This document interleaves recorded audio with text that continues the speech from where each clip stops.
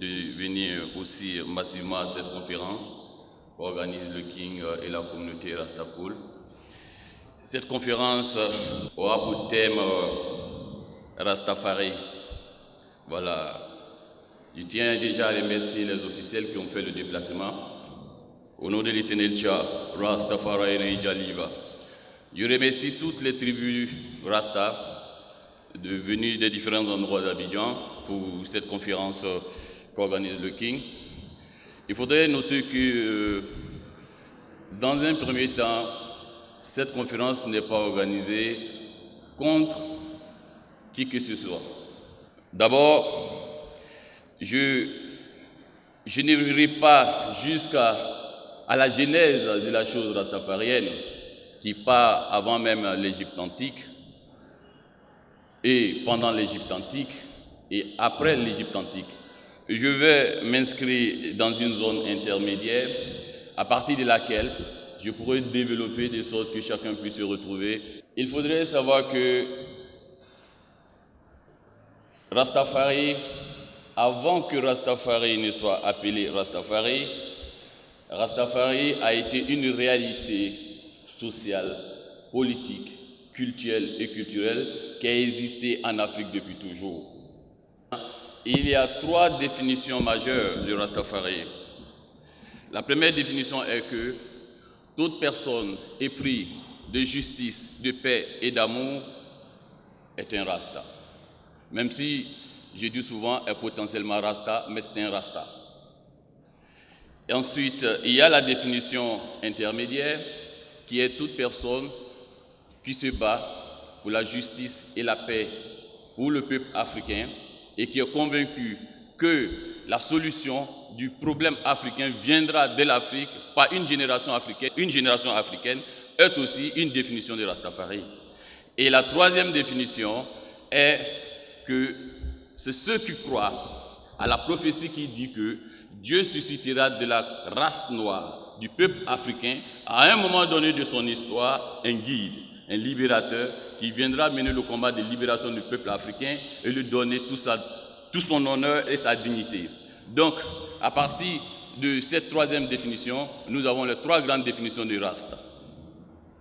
Alors, pour commencer, il faudrait savoir que lorsque l'Afrique a commencé à recevoir les grandes tragédies que nous avons connues, qui ont été l'esclavage, la colonisation, la traite des Noirs, les premiers résistants africains qui ont résisté à la pénétration étrangère sont les premières communautés Rasta. À l'époque, on ne les appelait pas encore Rasta. C'était les résistants africains. Parce qu'ils se battaient pour préserver la spiritualité africaine,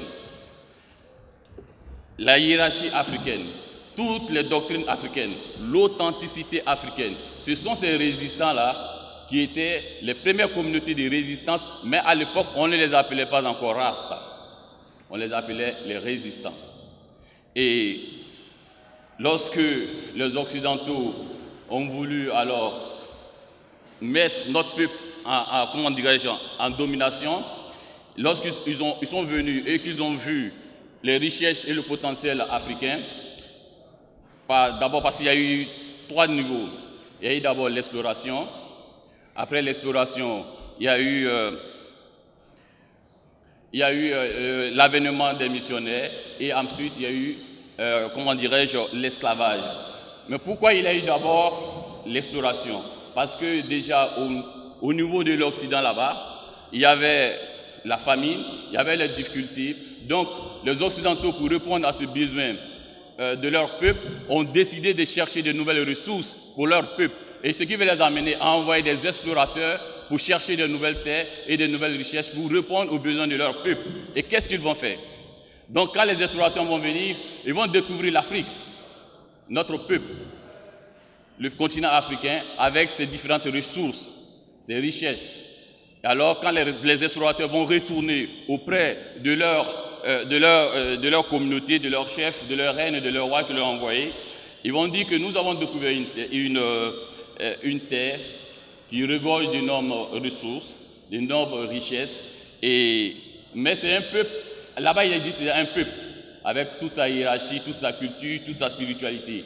Si nous voulons nous emparer de leur richesse, il faudrait que nous arrivions à les dissuader du fondement social sur lequel déjà ils vivaient. Alors, donc, ils vont alors imaginer des artifices et envoyer une autre vague qui sera la vague des missionnaires qui vont venir avec la mission pour diaboliser déjà la spiritualité existante, emmenant les Africains à s'éloigner de leur culture ancestrale, de leur hiérarchie sociale, pour embrasser les nouvelles voies spirituelles qui se présentaient à eux. Et ce qui a amené le peuple africain à être fragile. Parce que d'abord, il faut savoir que la spiritualité d'un peuple est l'âme de ce peuple. La culture d'un peuple est l'âme de ce peuple. Et dès lors que les Africains ont commencé à abandonner leur culture sociale, leur culture spirituelle, en ce moment-là, ils ont rompu des pactes que les ancêtres avaient tissés avec le divin créateur qu'ils avaient déjà toujours adoré. Et alors, va commencer le déclin du peuple africain. Et quand va commencer le déclin du peuple africain, avec ce qu'on a connu comme, je viens de citer d'entrée, l'esclavage et ensuite la colonisation. Alors, mais il y a une partie du peuple qui a voulu conserver toujours son authenticité, qui a organisé la résistance. Et dans d'autres communautés aujourd'hui, on les appelle les Tierno, dans d'autres communautés aussi, on les appelle les Bambara, ou qu'on appelle les Bamana. Alors donc ceux-là vont organiser la résistance. Et ce sont ces résistants-là, pendant la déportation, quand d'autres sont partis de l'autre côté de l'Atlantique, sur la nouvelle terre qui est la terre de l'Amérique, la résistance va continuer là-bas. Et quand la résistance va continuer, c'est ceux qui continuent à résister, qu'on va appeler comme les nègres marrons, les nègres abingués, les Bantu Africa, et toutes ces communautés-là, de résistance-là, c'est eux qui seront encore de l'autre côté, les nouvelles communautés qui vont être appelées plus tard Rasta.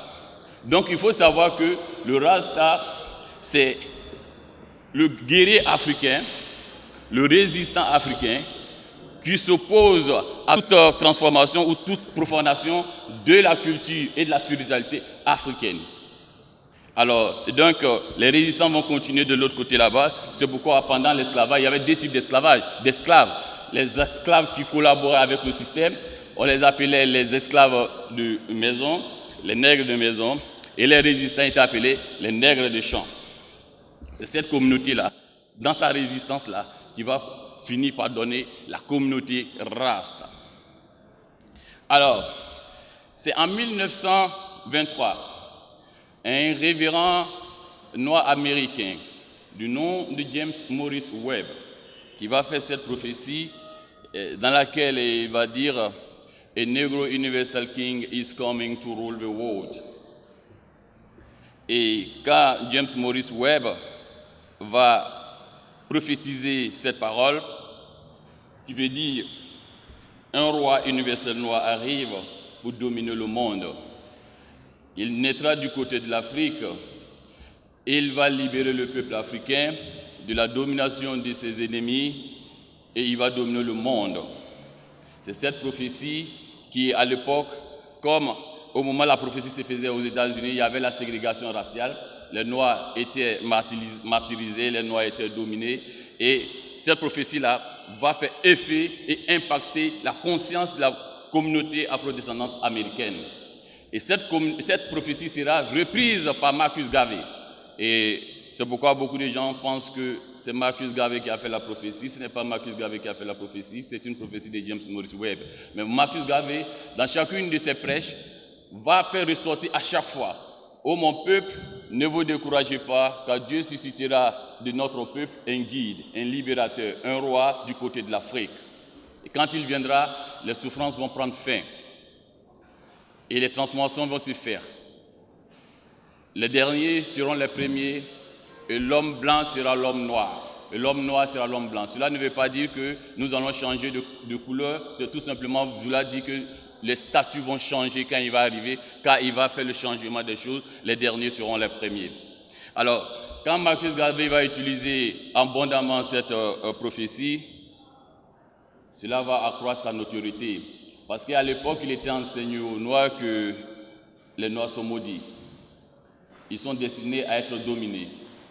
Ils sont destinés à être des esclaves, à vivre dans l'esclavage pour toujours. Mais cette prophétie-là rentrait en contradiction directe et en porte-à-faux avec tout ce qui se disait à l'époque. Et donc, autour de cette prophétie-là, il y aura des grandes communautés, comme la communauté Yumnia que Marcus Garvey va mettre en place. Peut-être tout à l'heure, on aura l'occasion d'en parler. Et ensuite, peu à peu, ça va commencer à prendre de l'ampleur. Le gouvernement fédéral américain va voir le danger alors autour de cette prophétie, autour de cette communauté que Marcus Garvey a mise en place. Le gouvernement américain va expulser Marcus Garvey des États-Unis parce qu'en réalité, Garvey, il vivait aux États-Unis, mais il n'était pas américain d'origine, il était jamaïcain. Et quand il va rentrer en Jamaïque avec cette prophétie, abandonnant sa grande communauté qu'il avait instaurée aux États-Unis, arrivé en Jamaïque, dans ses prêches, Marcus Garvey va reprendre encore la même prophétie. A Negro Universal King is coming to rule the world.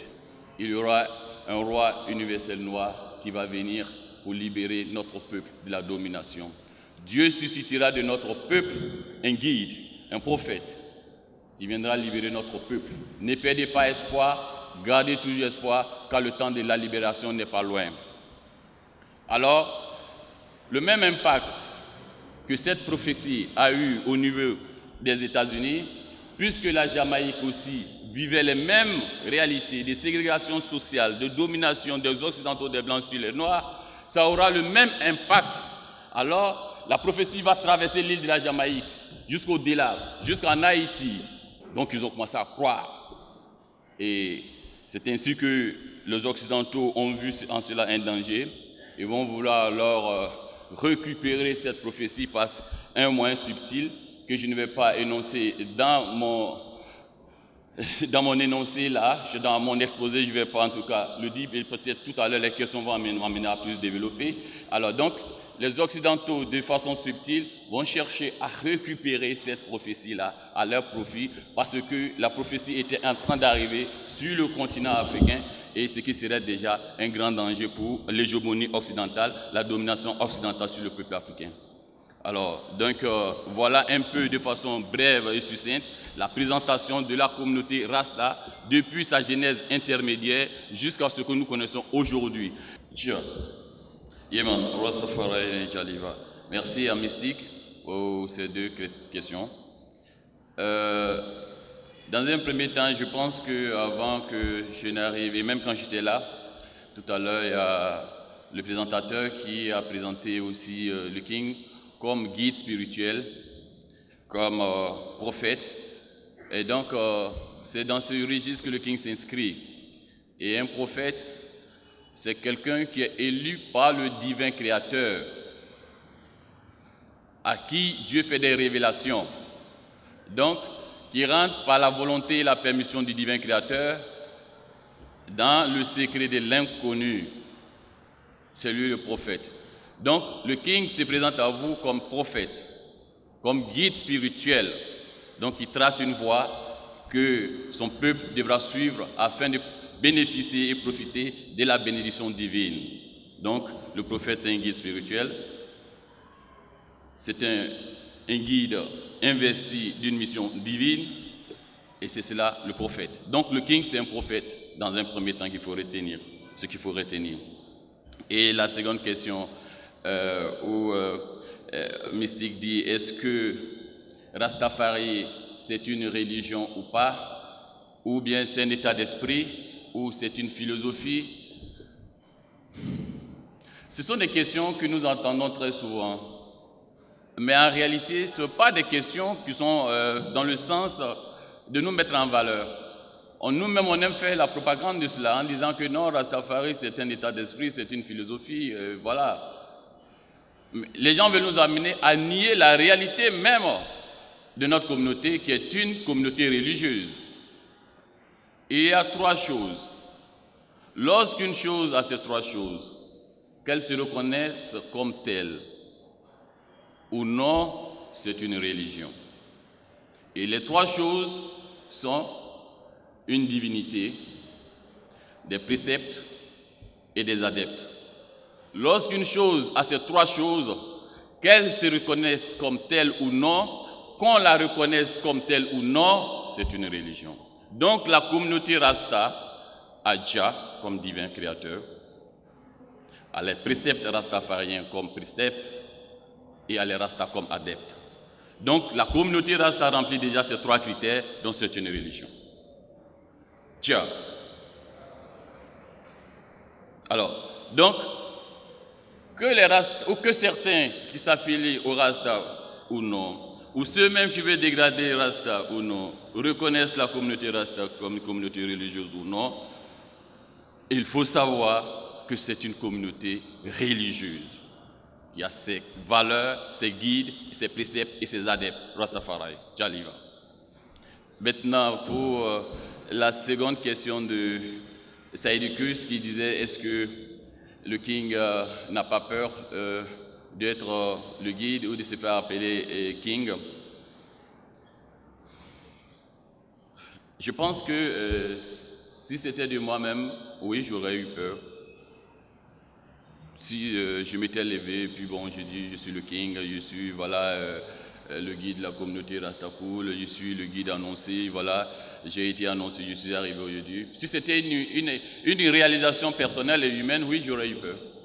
Mais dès lors que j'ai un investissement divin, que j'ai été choisi et investi de cette mission, initié à la chose prophétique, je ne connais plus la peur.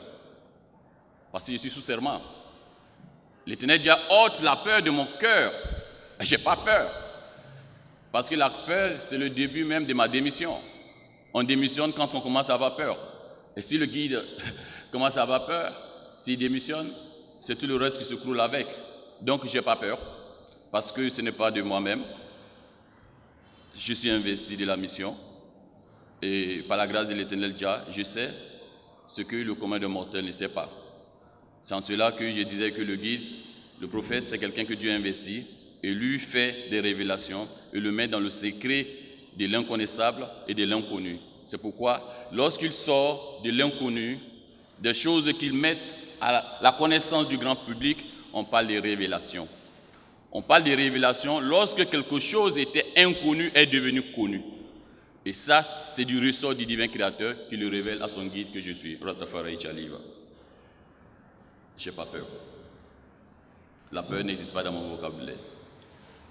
La seule peur que j'ai, c'est la peur d'échouer, pas la peur de la mort. Parce que ma mort est la plus grande certitude de ma vie. Mais réussir relève de l'inconnu, c'est ça qui me fait peur. Je n'ai pas peur de ce que je sais déjà, mais j'ai peur de ce que je ne sais pas. Rastafari Jaliva. Monsieur Clément, en tout cas, merci pour cette question. Je vous ai senti tout à l'heure presque dépité. Parce que, selon vous, vous êtes resté sur votre faim. Mais pour ma part, je pense que vous êtes resté sur votre faim tout simplement parce que je n'ai pas développé dans l'angle que vous souhaitez que je développe. J'ai développé dans un angle que je souhaite, dans lequel je souhaite inscrire mon oratoire. Alors, si vous voulez m'amener à orienter mon angle, mon développement dans votre angle, vous posez votre question et je développe. Je vous ai tout de suite compris lorsque vous avez dit que vous aurez aimé que je développe en parlant de Ménélique II, de l'union du roi Salomon et de la reine de Saba, de Ménélique II, de l'impératrice Sédhiou et ensuite de Rastafari Makonnen. Mais vous avez omis que de mettre entre Ménélique II et Sédhiou, il y avait Liassou. Liassou qui est l'héritier légitime de Ménélique II. Vous n'avez pas parlé de Liassou, pourtant il est entre les deux. C'est un angle que je n'ai pas voulu souhaiter développer parce que ça ne s'inscrit pas dans l'angle que je voulais développer. Vous avez vu tout à l'heure quand je développais, j'ai dit que lorsque la prophétie a été faite, les Occidentaux ont eu peur. Les Blancs ont eu peur de la dimension que prenait l'impact de cette prophétie sur la communauté noire américaine, noire jamaïcaine, noire haïtienne. Parce que ils commençaient à croire qu'ils auront un guide. Et ce guide sera africain noir, qui va naître du côté de l'Afrique. Donc, ils ont commencé à prier dans ce sens. Ils ne croyaient pas que Jésus était leur sauveur, hein, les Rastas.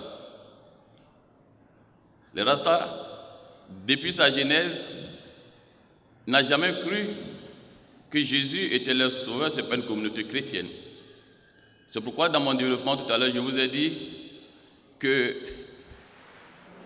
on les appelait Back to Africa, Back to our roots, nègres marrons ou encore les Niabigi. Le christianisme ou la chrétienté a été introduite dans la prophétie africaine pour détourner l'espoir et l'espérance africains dans le sens du christianisme qui est la religion de l'homme occidental et subtilement amener la croyance populaire vers l'occidentalisation et encore vers le blanc. Je ne sais pas si c'est ce que vous n'avez pas compris. À l'origine, les Rastas ne sont pas chrétiens, ils ne sont pas musulmans. Ce sont des Africains qui sont dans la préservation, la protection, c'est des conservateurs de la spiritualité africaine, de l'originalité africaine, d'abord par essence, c'est ça le Rasta. Donc le christianisme a été introduit subtilement dans cette prophétie-là pour la détourner dans le sens de l'Occident. Parce qu'il faut savoir que Haïlé Sélassié était un chrétien de l'église orthodoxe éthiopienne. Et Haïlé Sélassié, en tant que chrétien orthodoxe, vous savez que dans le christianisme orthodoxe, certainement je ne vous apprends rien, le guide suprême, le sauveur suprême, c'est Jésus. C'est Jésus qui est le sauveur dans l'église orthodoxe éthiopienne. Alors, ils ont introduit le christianisme par le biais d'Haïlé Sélassié dans la prophétie africaine pour détourner l'espérance et l'espoir du peuple africain vers le christianisme et la chrétienté. Si je crois que Haïlé Sélassié est mon sauveur, mon guide, celui que je dois suivre, et si Haïlé Sélassié croit que Jésus est son sauveur, mais si Haïlé Sélassié est moi mon sauveur, et que Jésus est le sauveur d'Haïlé Sélassié, le sauveur de mon sauveur est aussi mon sauveur, Rastafari. C'est la christianisation de cette prophétie africaine, c'est pourquoi je n'ai pas développé sous l'angle dans lequel vous m'attendiez. Parce que je sais ce que c'est que le sélassisme dans la prophétie africaine. Il faut avoir une certaine hauteur d'esprit très élevée pour, je le dis souvent, hein, pour écouter un fou comme le King. Si vous n'avez pas cette hauteur d'esprit, cette grandeur d'âme, vous n'écoutez pas un fou. Mais la science de Dieu aux yeux des hommes ordinaires, c'est de la folie. C'est ce qu'il faut comprendre. Et il faut aller au-delà des hommes ordinaires. Vous avez vu que j'ai donné l'image de quelqu'un qui est resté avec les gens, mais je pensais que les questions allaient aller dans ce sens, mais les questions ne m'ont pas amené à parler de lui. C'était l'un des grands prêtres de la spiritualité africaine du côté d'Haïti, mais il est originaire de la Jamaïque, on l'appelle Boukman Djoti. Voilà, c'est une représentation du Boukman Djoti, c'est un prêtre, on les appelait les Ougana à l'époque. Et pour dire que ce n'est pas une communauté chrétienne, parce que eux, vous avez vu sur sa tête, il y a le locks, mais lui, il est mort plus d'un siècle avant qu'Haïlé Sélassié ne naisse, mais c'était un Rasta. Pour dire que ce n'était pas une affaire de Rastafari Makonel qui est né tout près là. C'est bien avant ça. Et que les cheveux qui traînent là, c'est une marque de rébellion vis-à-vis du système Rastafari. Parce que l'homme noir, quand il laisse ses cheveux naturellement, parce que ceux qui étaient dans la brousse là, ils n'avaient pas le temps de s'occuper de leurs cheveux. Quand l'homme noir laisse ses cheveux naturellement, ça fait les dreadlocks, comme on voit les fous souvent. Lui, il est là pour sa survie, il n'a rien à foutre avec le reste, vous comprenez. Donc voilà comment les dreadlocks sont venus comme marque de la communauté en termes que référence de résistance. Donc c'était l'apparence des résistants. Voilà, mais je pense qu'une autre fois, on va le développer et le temps ne nous permet plus d'aller encore. Donc, allez, merci. Alors, merci à tout le monde. C'est un thème que j'avais déjà développé plusieurs fois.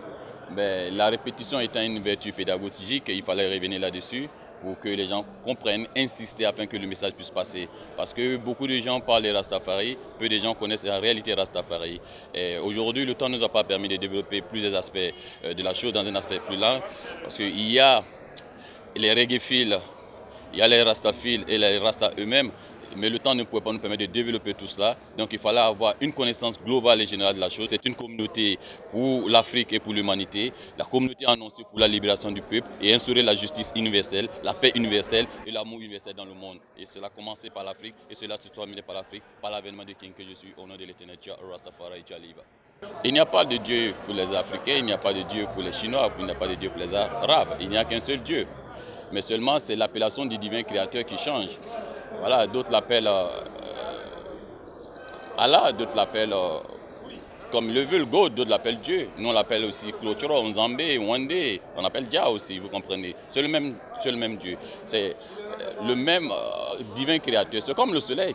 D'autres disent sun, d'autres disent soleil, d'autres disent Nya, d'autres disent Pli, d'autres disent Tiré, mais c'est le même astre. Donc c'est notre appellation de l'appeler, c'est tout. Donc sinon c'est le même divin, plusieurs noms, plusieurs attributs, mais unique créateur. Quel est le nom véritable de la musique des Rastas? Parce que reggae, dites-moi le nom véritable. Vous savez, l'ancêtre même de la musique des Rastas, comme il a dit, c'est le Niabigé. Vous comprenez? C'est le Niabigé qui est parti du culte rendu à la grande princesse Niabigé. Et de cette musique est né plus tard ce qu'on appelle le ska, le rocksteady pour habituer au reggae que nous avons aujourd'hui. C'est tout un process. C'est comme le zouglou que nous avons aujourd'hui. Le zouglou vient du bébé qui vient du warrior qui est abouti aux aussi. C'est tout un process. Donc voilà comment aussi on est arrivé au reggae qui est là aujourd'hui. Mais tout ça, on ne peut pas l'expliquer en une seule conférence. Et voilà un peu. Si c'est à la base, même le blues, tout ça, qui sont des musiques afrodescendantes, ok, mais qui a conclu aujourd'hui à la musique reggae, mais dans son esprit, sa spiritualité même, ça vient du Niabingé, qui était une musique de prière, des cantiques adressés aux ancêtres, aux dieux des ancêtres. Voilà où est partie l'essence même de la musique reggae que nous avons aujourd'hui. C'est le Niabingé. À l'origine, c'est le Niabingé, c'est une musique spirituelle. C'était des prières de lamentation, de pleurs, d'invocation pour changer le statut, le sort du peuple africain. C'est pourquoi les Rastas sont toujours sensibles à tout ce qui est attrait au peuple africain. Vous savez, le système, comme on l'appelle souvent Babylone, vous comprenez. Babylone n'a aucun sens, aucun intérêt à ce que les choses évoluent dans le sens de l'émancipation de l'homme noir et du peuple africain. Donc ils vont toujours financer la chose dans l'intérêt du système qu'on appelle Babylone chez nous. Donc c'est à nous les Africains de nous réapproprier ces valeurs, cette spiritualité, cette orientation spirituelle, l'exploiter comme se doit et atteindre nos objectifs. Parce qu'il faut le savoir, personne ne sauvera les Africains que les Africains eux-mêmes. Aucun peuple ne peut découvrir Dieu et le donner à un autre peuple. Des gens qui ne sont même pas capables de vous donner la formule de Coca-Cola ou de l'or, c'est le créateur du Coca-Cola et de l'inventeur de Coca-Cola qui vont vous donner aussi facilement. C'est la naïveté tout simplement. Et le guide a le devoir d'appeler les Africains de ce piège spirituel, de ce Babylone spirituel, au Zion spirituel, afin que la réalité de l'émancipation de l'homme noir s'actionne effectivement en vérité. Et le début de la révélation, c'est en l'an 2000.